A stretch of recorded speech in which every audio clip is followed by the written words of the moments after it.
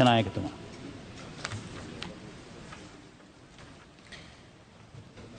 කතානායකතුමනි,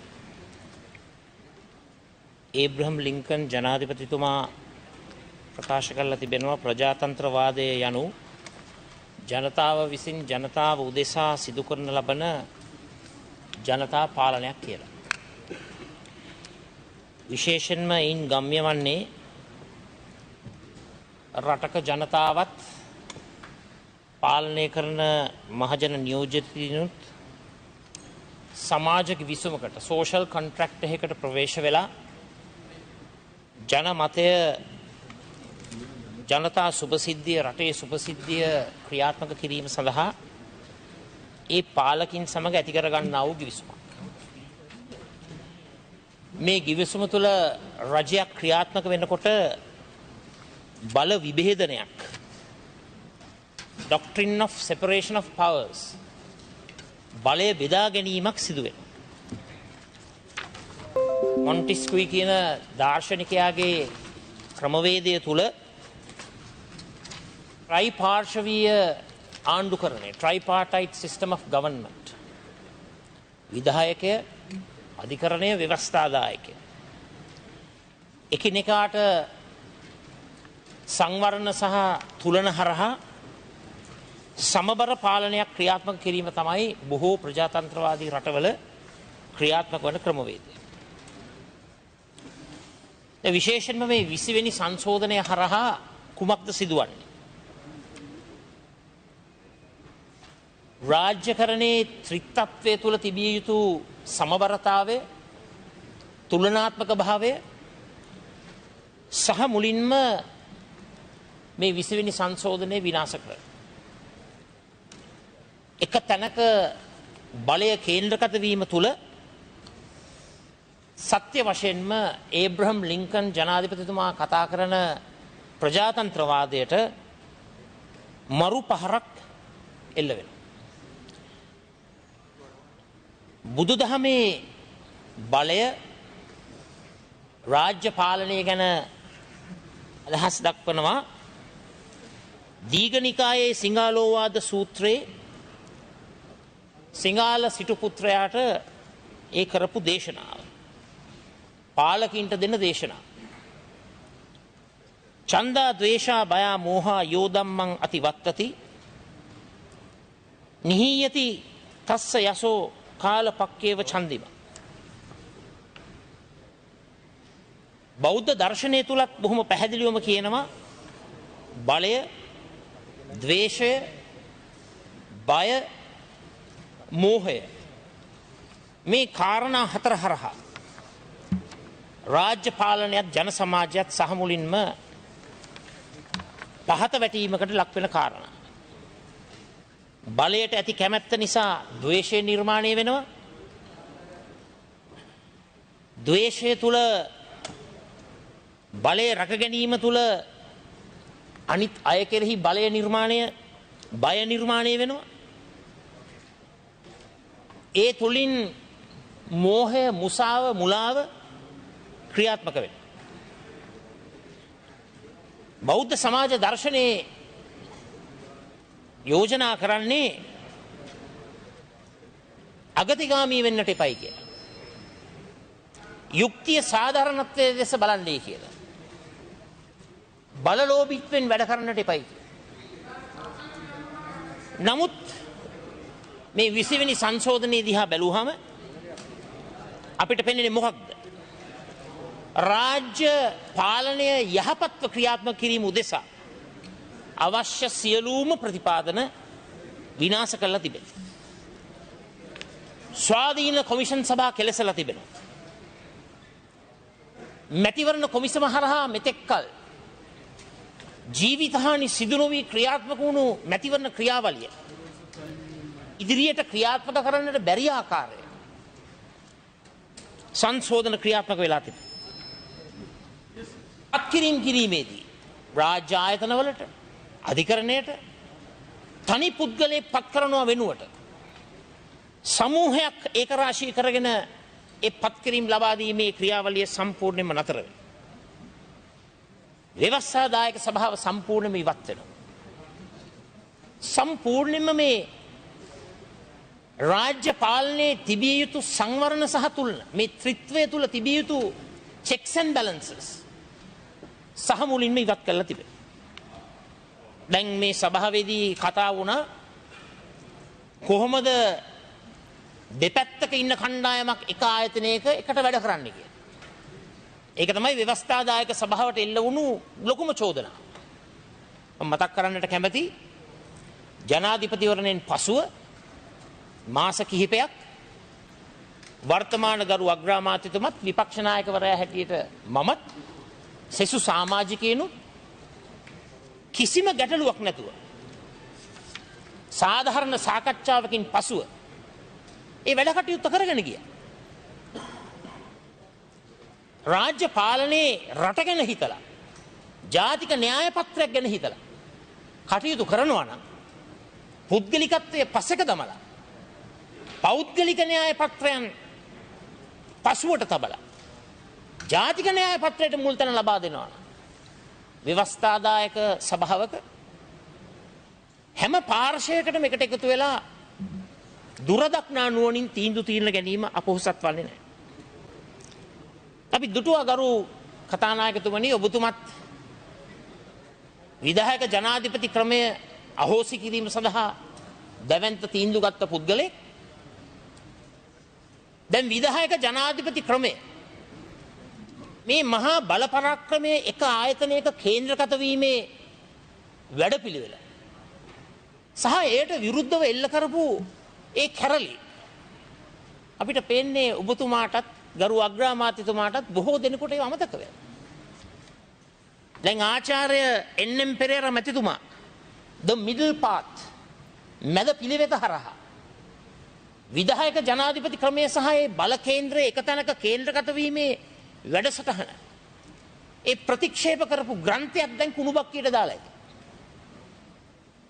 විධායක ජනාධිපති ක්‍රමය අහෝසි කිරීම සඳහා අපිට මතකයි දලදා සමිඳුන් ඉදිරිපිට ගිවිසුම් අත්සන් කරා. නලා පිමගෙන පාද යාත්‍රා ගියා. නමුත් ඒව ඔක්කොම ඒවට නායකත්වය ලබා දුන්නු සීල දෙනාටම අමතකයි. ආචාර්ය කොල්වින් නාර්දි සිල්වා මැතිතුමා ලියපු ග්‍රන්ථය Constitution for Dictatorship ඒකාධිපතිත්වයක් ආඥාදායකත්වයක් උදෙසා වූ ව්‍යවස්ථාව කියන පොත අද බොහෝ දෙනෙකුට අමතක වෙලා. බොහෝ දෙනෙක් අද කටයුතු කරන්නේ මැද පිළිවෙතත් Constitution for Dictatorship කියන ග්‍රන්ථයක් කීතු වලට ඉරලා දමලා ඒවා වෙනුවෙන් කරපු වීදි සටන ඒවා වෙනුවෙන් කරපු විවිධ සටන් අමතක කරලයි අද අපේ ප්‍රතිවාදී පාර්ශවයේ කටයුතු කරන්නේ. අපි අහන්න ඕන ගරු කතානායකතුමනි ප්‍රබුද්ධ ප්‍රශස්ත දේශපාලන ක්‍රමවේදයක් තුල යහ පාලනය ස්ථාපනය කරන ක්‍රමවේද සහ ආයතනවලට ඇයි මේ තරම් බියවන්නේ? ඇයි 19 තුලින් ස්ථාපනය කරපු ඒ යහපත් රාජ්‍ය පාලනයක් උදෙසා අවශ්‍ය ප්‍රතිපාදන ඇයි මේව ප්‍රතික්ෂේප කරන්නේ? ඇයි මේවට බය? ඒවට බිය විය යුතු නැහැ ගරු කතානායකතුමනි. Taman නිවැරදි ගමනක් ක්‍රියාත්මක කරනවා නම් රටේ ජාතික ඉලක්ක සම්පූර්ණ කර ගැනීම සඳහා ඒව පිළිබඳව බිය වැද්දීමක් ඇති කරගන්නට තැතිගැන්වීමක් ඇති කරගන්නට කටයුතු කරන්නට අවශ්‍ය නැහැ. මේ 20 වෙනි සංශෝධනය ගරු කතානායකතුමනි බොහොම කනගාටුයි. පුද්ගලයෙක් ඉලක්ක කරගෙන ක්‍රියාත්මක වෙන ව්‍යවස්ථා සංශෝධනය. ඇත්තටම නූතන සමාජයේ ප්‍රශස්ත දේශපාලන ගමනක් ක්‍රියාත්මක විය යුතු අවස්ථාවක නොගත යුතු තීන්දුවක්. මේක ඇත්ත වශයෙන්ම පුද්ගල කේන්ද්‍රීය බල අරගලයක්. දැන් මේ බල අරගලේ අහන ප්‍රශ්නයක් කාටද බලය තියෙන්නට ඕන? ජනාධිපතිවරයාටද අගමැතිවරයාටද? දැන් කාලයක් පුරාවටම විවිධ අවස්ථාවන් වලදී එක වෙලාවක කියනවා විධායක ජනාධිපති ක්‍රමය අහෝසි කරන්නට ඕන. අගමැතිවරයා ශක්තිමත් කරන්නට ඕන. ජනාධිපතිවරයාව පඹෙක් කරන්නට ඕන. තවත් පැත්තකින් කියනවා අගමැතිවරයාව පියන් කෙනෙක් කරන්නට ඕන. මේ දෙකම සිදුවිය යුතු නැහැ. ඊ타මත්ම උගත් බුද්ධිමත් ආකාරයට ජනාධිපතිවරයාටත් අගමැතිවරයාටත් යම් සමබර බලතල ලබා දීලා සංවරණ සහ තුලන checks and balances තුලින් ඒ ආයතන දෙකෙන්ම ඒකාධිපතිවරයෙක් බිහි නොවන ආකාරයට ඇයි අපිට මේ නූතන යුගයේ ඊ타මත්ම ප්‍රශස්ත ව්‍යවස්ථා සංශෝධනයක් නිර්මාණය කරන්න බෑ. මේ සියලුම බලතල ජනාධිපතිවරයා ළඟට යා යුතුයමද? එහෙමත් නැත්නම් මේ සියලුම බලතල අගමැතිවරයා සතුව තිබිය යුතුද? අපි තරයේ විශ්වාස කරනවා මේ වැඩසටහනට සමබර ක්‍රමවේදයක් ක්‍රියාත්මක වන්නට ඕන.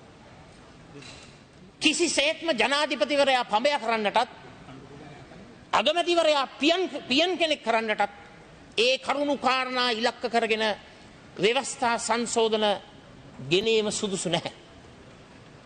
ඒකයි සමගි ජන බලවේගයේ ප්‍රතිපත්තිය. ඒ විදිහට තමයි අපි මේ වැඩපිළිවෙල ගැන හිතන්නේ. මේ දෙගොල්ලන්ටම බලතල දීලා checks and balances ඇති කරලා සංවරණ සහ තුලන ක්‍රමවේදයක් ඇති කරලා ඒ ආයතන දෙකෙන්ම ආඥාදායකත්වයක් ඒකාධිපතිත්වයක් නිර්මාණය නොවන ආකාරයට ඇයි පවර් ෂෙයාරින් වැඩසටහනක් ක්‍රියාත්මක කරන්න බැරි ගරුවක් අධිකරණ අපතිතුමා?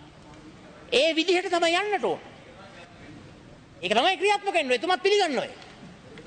මම අහන්නේ ඒක කරන්නට තිබුණ මුලින් ඉඳලා මොකද්ද මේ හදිසිය?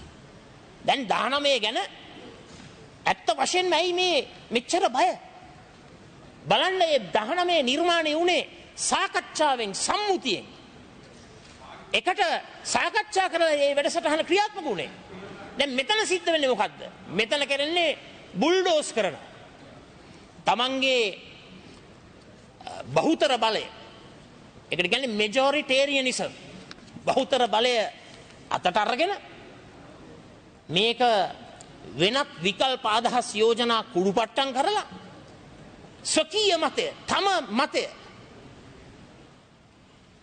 අපි කියන දේ තමයි හරි. අනිත් ඒවා ඔක්කොම වැරදි. මේක තමයි හරි. වෙන විකල්පයක් නැහැ. එහෙම යන එක මම විශ්වාස කරනවා අපේ රටට සුදුසු නැහැ. ඒ වගේම ගරු කතානායකතුමනි 20 කාගේ යහපත උදෙසාද? රටේ ජනතාවගේ යහපත උදෙසාද?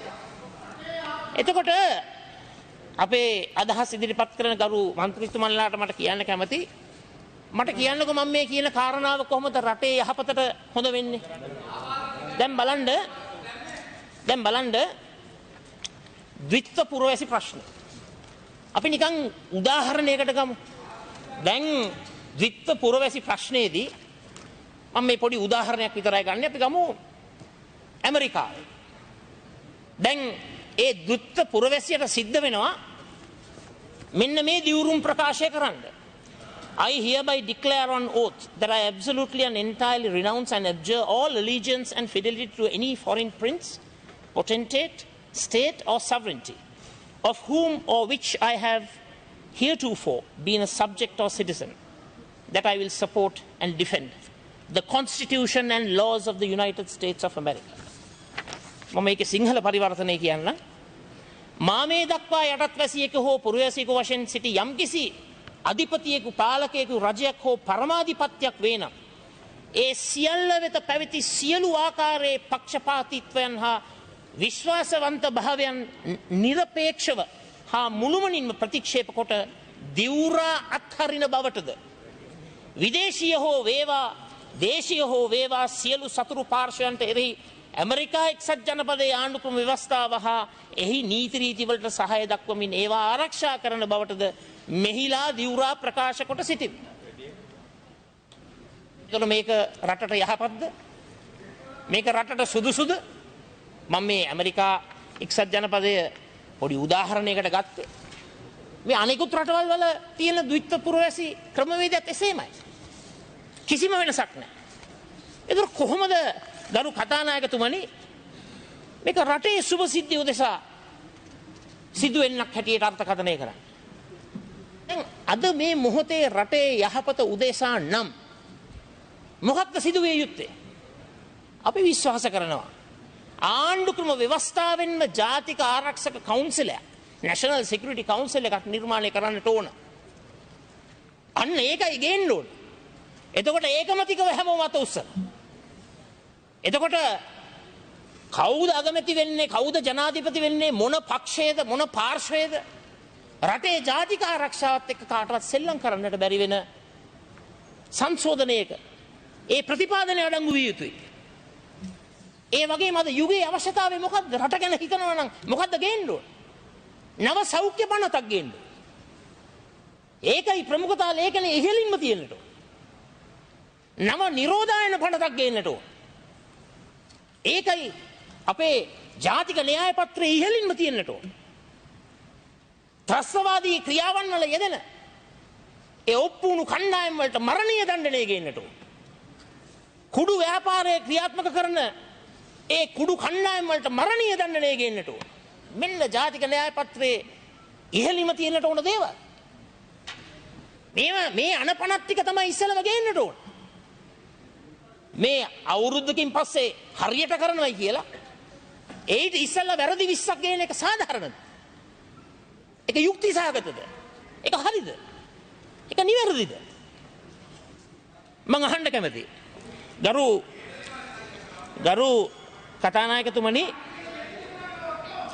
විශේෂයෙන්ම මම මතක් කරන්නට කැමති දුරදක්නා නුවණින් ඔබතුමාගේ අවස්ථාවේ ඔබතුමා කරුණු කාරණා පැහැදිලි කරන්න.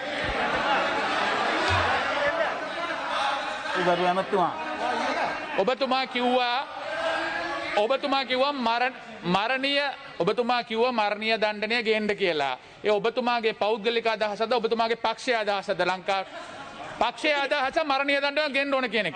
පෞද්ගලික අදහස් නෑනේ අපේ. ඔබතුමාලගේ පාර්ශ්වය තමයි පෞද්ගලික අදහස්. මරණීය දණ්ඩනය ගේන්න කමන්නේ. පක්ෂ අදහස්. ඔබතුමාලගේ පක්ෂයේ සියලුම දෙනා ශ්‍රේෂ්ඨාධිකරණයට ගිහිල්ලා තියෙනවා මරණීය දණ්ඩනය ගේන්න එපා කියලා. ඒක අපි සඳහන් කරලා තියාගන්න. හොඳයි පක්ෂය හරි. මම දන්නේ ගරු අධිකරණ ඇමතිතුමා විරුද්ධද කියලා. ත්‍රස්තවාදයට විරුද්ධව මරණීය දණ්ඩනය ක්‍රියාත්මක කරනකොට මේ රටේ අධිකරණ ඇමතිතුමා විරුද්ධද? කුඩුකාරයන්ට විරුද්ධව මරණීය දණ්ඩනය ක්‍රියාත්මක කරනකොට අධිකරණ ඇමතිතුමා විරුද්ධද? ගරු කතානායකතුමාගෙන් අහන්නේ මේ ඔබතුමාගේ මතයද පක්ෂ මතයද? ගරු කතානායකතුමනි මේක අහගන්න පොඩ්ඩක් අහගන්න. ගරු කතානායකතුමනි, මම විශේෂයෙන්ම මතු කරන්නට යන්නේ මේ කෙටි කාලීන කරුණු කාරණා නොමැතිව දීර්ඝ කාලීන හිතන්න. විශේෂයෙන්ම මේ බුදු දහම කේන්ද්‍ර කරගත් බෞද්ධ ප්‍රතිපත්ති කේන්ද්‍ර කරගෙන මේ නිර්මාණය වුණු රජය, විශේෂයෙන්ම කෝසම්බි ජාතකය. මොකද්ද කෝසම්බි ජාතකයෙන් අපිට ඉගෙන ගන්න තියෙන පාඩම? මරණයට යන දීඝතිස්ස රජු දීඝායු කියන පුතාට කියනවා, පුත්‍රය ළඟ නොබලන්න, දුර බලන්න. දැන් වෙන දේ ගැන නොව අනාගතය ගැන හොයලා බලලා, ඒ දිහා බලලා දූරදර්ශීව කටයුතු කරන්න. මන් දන්නවා බුදු දහම විකුණලා, බෞද්ධ ප්‍රතිපත්ති විකුණලා දැන් බුදු දහම ගැන කතා කරනකොට ඒක අපේ ආණ්ඩු පක්ෂයේ ඇතැම් අයට ඒක විහිළුවක් වන්නට පුළුවන්. ඒක සාධාරණයි. ඒ මොකද සම්බුද්ධ ශාසනය තමන්ගේ දේශපාලන ව්‍යාපාරේ ප්‍රධාන වැඩපිළිවෙල ක්‍රියාත්මක කරන ආයුධය බවට පත් කරගෙන අද බෞද්ධ ප්‍රතිපත්ති ගැන කතා කරනකොට ඇත්ත වශයෙන්ම විහිළුකාරකමට ලක් කිරීම ගැන මම ඇත්ත වශයෙන්ම කනගාටු වෙනවා. ගරු කතානායකතුමනි, නූතන ජාතික රාජ්‍යයක මූලික පදනම වන්නේ මොකද්ද? තම පුරවැසියන්ගේ නිදහස සහ ප්‍රජාතන්ත්‍රවාදය රැක ගැනීම. වර එක බ්‍රිතාන්‍යයේ ලෝඩ් ඇට්කින් සාමිවරයා කියනවා බලය දූෂණයට හේතු වෙනවා උපරිම බලය උපරිම දූෂණයට හේතු වෙනවා. Power corrupts.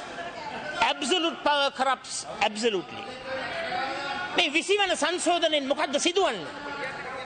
එයින් සිදුවන්නේ ව්‍යවස්ථාපිත රජෙක් තනන්නට. ව්‍යවස්ථාදායක බලයද අධිකරණයේ බලයද අධිකරණයේ හැසිරවීමේ බලයද ව්‍යවස්ථාදායකයේ හැසිරවීමේ බලයද ජනාධිපතිවරයෙකු අතට පත් වූ කල මොකද්ද ගොඩ නැගෙන්නේ? ව්‍යවස්ථාපිත රාජ්‍යත්වය.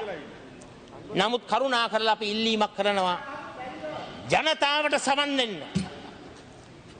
හොඳ පාඩමක් ඉගෙන ගන්න පුළුවන් අපේ කෑකෝ ගහන සියලු දෙනාටම බුදුදහමෙන් දේශනා කරලා තිබෙන ගණ්ඩ තීන්දු ජාතකය. පංචාල රජතුමා රටවැසියන් පීඩනයට අසහනයට පත් කරපු රාජ්‍ය නායකයෙක්. රටවැසියා කලකිරුණා. සොර සතුරු බිහි වුණා. වෘක්ෂ දෙවියන් පංචාල රජුට කියනවා ජනතාවගේ අදහස් වලට සවන් දෙන්න. මොකද උනේ? රජ්ජුරුවෝ ගියා හැම තැනකින්ම දොස් ඇහුණා. නමුත් රජතුමා ජනතා හඬට සවන් දුන්නා. සවන් දීලා නිවැරදි වුණා. අවසානයේ මොකක්ද උනේ? අගතියෙන් තොර රාජ්‍ය පාලනයක් ක්‍රියාත්මක කරන්නට ඒ රජුට හැකියාව ලැබුණා. ඒ නිසා 20 ගැනත් අපිට කියන්න තියෙන්නේ ඒකයි. ජනතාවට සවන් දෙන්න. ජනතාවට සවන් දෙන්න. ඔබතුමන්ලාව බලයට ගෙනෙන්නට මහා කාර්යභාරයක් ඉෂ්ට කරපු මගේ පියත් සමග සමීපව කටයුතු කරපු ඇල්ලේ ගුණවංශ නායක මාහිමිපාණන් වහන්සේට සවන් දෙන්න. රණසිංහ ප්‍රේමදාස මැතිතුමත් සමග සමීපව කටයුතු කරපු මුරුත්තෙට්ටුවේ ආනන්ද නායක ස්වාමින්දන් වහන්සේට සවන් දෙන්න. මුල අමතක කරන්න එපා. ගෞරවනීය වන්දනීය පූජනීය මහා සංඝරත්නයට ඒ ලබා දිය යුතු ගරුත්වය ලබා දෙන්න කටයුතු කරන්න. ගරු කතානායකතුමනි, අවසාන වශයෙන් මාටින් ලූතර් කිං ඒ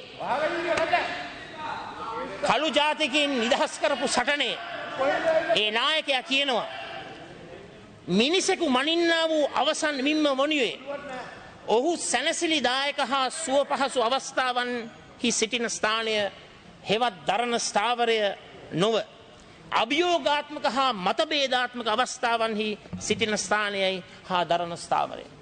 දැන් අද රටේ තිබෙන්නේ ඉතාමත්ම මතභේදාත්මක තත්ත්වයක්. අද රටේ තිබෙන්නේ තීරණාත්මක මොහොතක්. මේ තීරණාත්මක මොහොතේ අපි යෝජනා කරනවා 19 යහපත් රාජ්‍ය පාලනයක් උදෙසා තිබෙන ඒ යහපත් ප්‍රතිපාදන ආරක්ෂා කරන්න. අගමැතිවරයා ජනාධිපතිවරයා අතර බල සටනක් නිර්මාණය වෙන යෝජනා වෙනුවට power sharing බලය බෙදාගෙන ඒ වගේම checks and balances system එකක් සංවරණ සහ තුලන ක්‍රමවේදයක් ගෙනවිල්ලා ඒ දෙකෙන් කිසිම කෙනෙකුටවත් ඒකාධිපතිවරයෙක් නොවන ආකාරයේ යහපත් ජනතාවාදී ව්‍යවස්ථාවක් නිර්මාණය කරන්න. ජාතික ආරක්ෂක කවුන්සිලයක් ස්ථාපනය කරන්න. මෙන්න මේ අනාදී වශයෙන් අපි ඔබතුමන්ලාට කියන්න කැමති අපි 19න් ඉදිරියට කියන වැඩසටහන අපි රටට ඉදිරිපත් කරලා තිබෙනවා. ඒ වැඩසටහන වෙනුවෙන් අපි කැප වෙනවයි කියන එක ප්‍රකාශ කරනවා. ඒ වගේම බලයට පත් වුණාම මම ඔබතුමන්ලාට කියන්න කැමතියි අපේ ඒබ්‍රහම් ලින්කන් ජනාධිපතිතුමාගේ කියමනෙන් කොටසක් කරුණාකරලා ඒක පිළිපැද්දොත් ඔබතුමන්ලාගේ අනාගත දේශපාලන සෞඛ්‍යයට වැදගත් වේ. ඔබට සියලු දෙනා ටික කාලයකටද ටික දෙනෙකු සම කල්හිදීම රැවටිය හැකිය. නමුත් සියලු දෙනා සියලු කල්හි රැවටීම කළ නොහැක. මෙන්න මේක හොඳට ඔළුවට ගන්න. ඒ වගේම මේ වැදගත් වාද විවාද තුල අද මුළු රටම බලාගෙන ඉන්නවා අපේ පාර්ලිමේන්තුවේ 225 නෙවෙයි 223 කොයි ආකාරයට තමන්ගේ තීන්දුව තීරණ ගන්න. එතනදී හොඳින් අවබෝධ කරගන්න රටේ අනාගතයේ දිහා බලලා බ්‍රාහ්මණයෙක්සේ උගත් ප්‍රශස්ත තීන්දුවලට ප්‍රවේශවන්න. වසල ක්‍රියාවලින් මිදෙන්. නජච්චා වසලෝ හෝති නජච්චා හෝති බ්‍රාහ්මණ. බොහොම ස්තුතියි.